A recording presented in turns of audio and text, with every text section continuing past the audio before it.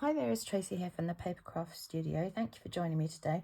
Today I'm going to show you how I've made my Frosted Forest Christmas card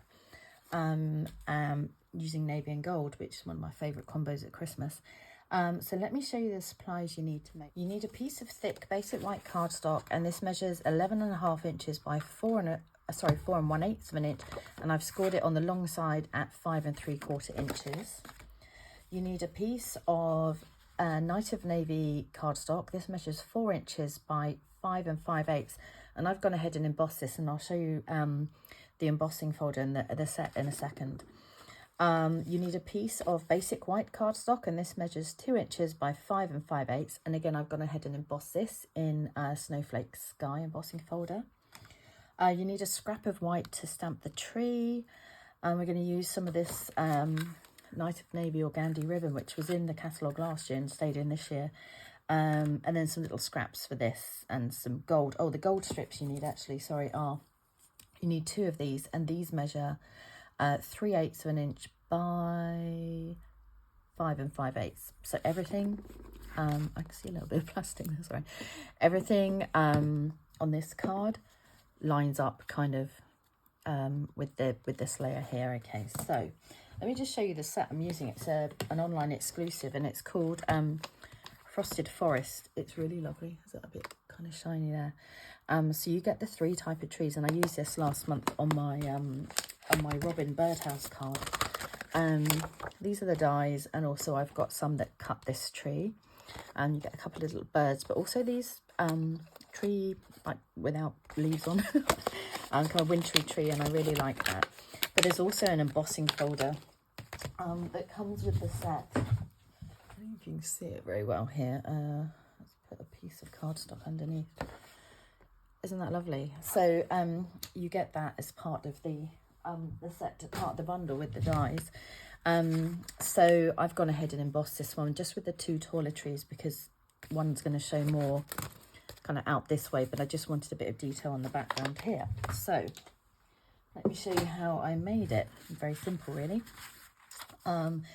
So we're going to pop this layer of Night of Navy that we've embossed onto the card base.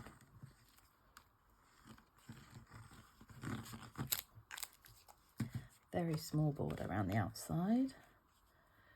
You know I like those small borders. So I put links into at the bottom in the description place in my videos on YouTube, so that if you can't find any of these products online or in the catalogues, I have links directly to my online shop that will show you where to find these. Okay, so we're going to put these 2 strips on. I've bent this one a bit, never mind. At least it's mine. So let's put some glue just down the edge here. Ooh, doesn't have to be very straight, luckily, on each of these, not too close to the other edges. And then this is just going to stick. You can have as much or as little showing on here as you like. So one on one side, I'll slide this one under. So like I say, they'll be the same height as this middle piece there. Okay, so then we're going to add some ribbon. This was a bit tricky to tie this bit round here. It doesn't go all the way around the back. So I've cut, let me just see here, 4 inches of ribbon. That's to do the little tie. So I'm going to cut that a bit of an angle actually. And then 3.5, do I need that much? Yep, 3.5 to go round the piece here. So there we go. I'm just going to put that back in my box. So with this one, I'm going to use glue dots to attach, but you can use glue or tape, whatever you like to use.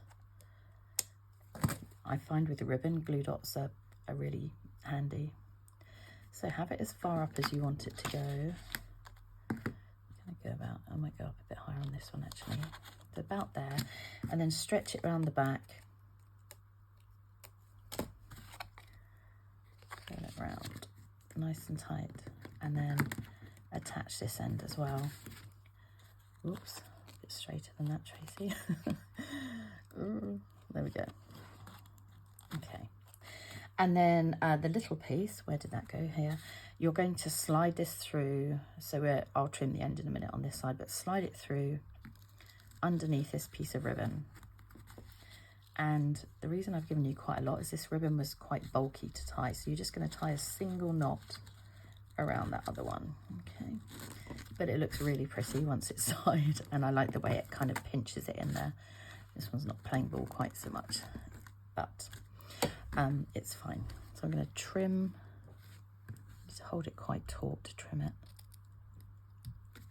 because we don't want it to get misshapen. You can always get somebody to hold it for you. Beautiful, isn't it, that ribbon? My gosh. Okay, so flip it over and we're going to pop this up on some dimensionals. So to balance it out, I've used 4 down each side. You can choose really, but I've also popped a couple in the middle just to even it out, maybe 3, and then take all of these off.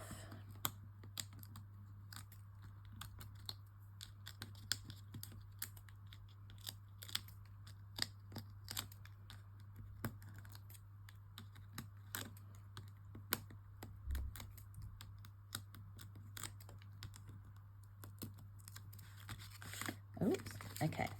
And then I've offset it to one side. Again, you could choose, you can put it in the middle if you like, but I quite like it just being to one side, maybe a bit over like this.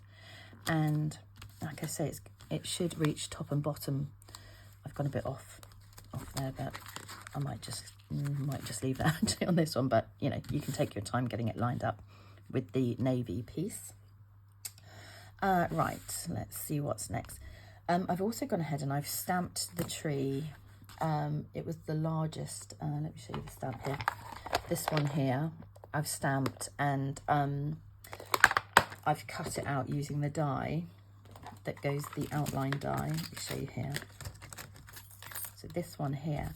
And then I'm going to use this one to cut a bit of detail on here. I don't know if you can see, but you can lift some of these little kind of fronds, branches, whatever they're called, to give it a bit more detail. So I'm going to do that. So just line this up on the piece that you've cut out and pop it through the cutting machine. So I'll be right back.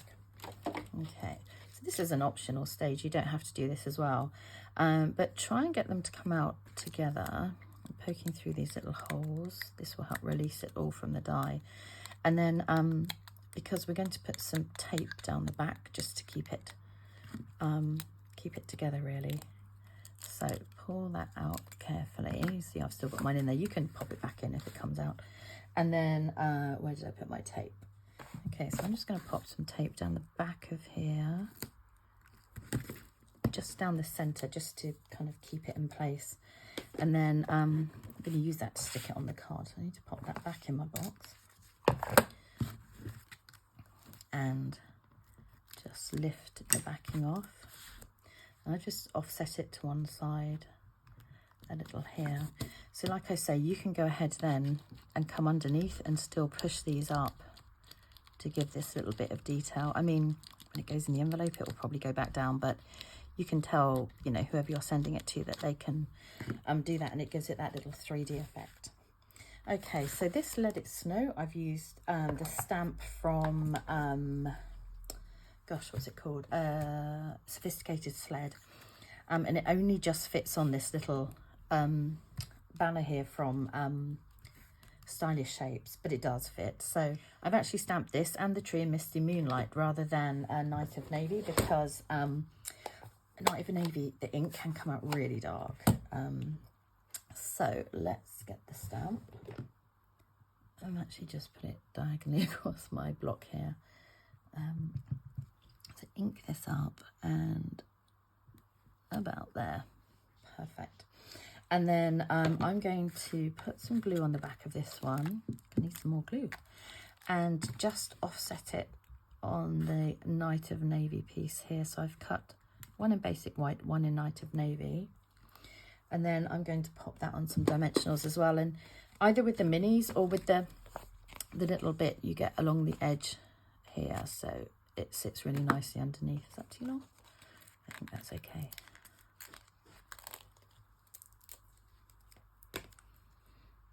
Sorry if you can hear my cat scratching at everything in the background. She just obviously knows I'm filming. Okay, so I'm going to pop that up there. And then this little star here, I cut from, it's a set we had last year and it's still in the catalogue this year, called Merriest Trees. But they're super cute, so actually I'm going to put a bit of glue on the back of here. I just love the shape. You've got a few different sizes in these. Woo, not too much glue. But I just think they're a really sweet shape to go on the top of this little tree, because I wanted this to look like it was kind of a tree in the moonlight. That's why I've done it in navy as well. So finally, to finish off, I'm using, again, an online exclusive. These are called I think they're called Clear and Pecan dots. But they're really cute. They're called something else. I'll put it in the link below. Did I put it on my notes? No. But they've got this little detail on. I don't know if you can see it here. Really cute. So I'm going to use a big one here and one of the smaller clear ones, and then one of the smaller ones of the pecan pie just up here, because I kind of thought I needed something small, and it kind of looks almost goldy. So is that it? Oh, and we're going to stamp inside. What are we stamping? Just Merry Christmas. This came from another online exclusive. Again, I have to look in. Something greetings. I'm not quite sure. I will have a look and I'll put it in the notes. But it's 2 stamps here, but I've just put them together on a block. Just a simple Merry Christmas, because sometimes that's all we need, isn't it? There we go. So I hope you've enjoyed making my navy and gold frosted forest Christmas card. Take care. See you soon. Bye.